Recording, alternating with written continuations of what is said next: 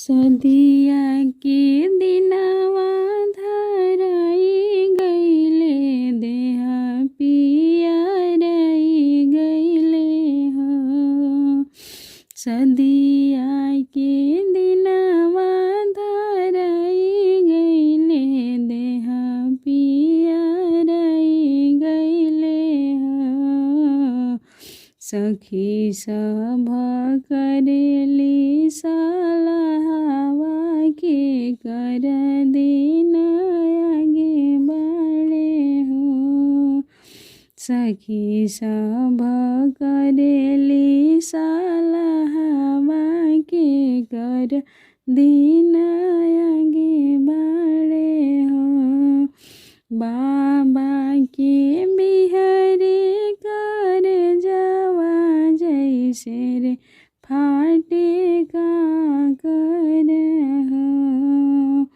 बाबा के बिहरे कर जवा जैसे रे फाटे का कर हो।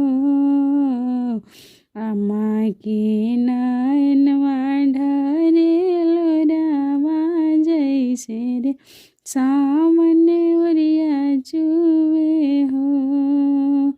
अम्मा के नैनवा ढरे लोरावा जैसे रे सावन ओरिया चुए हो।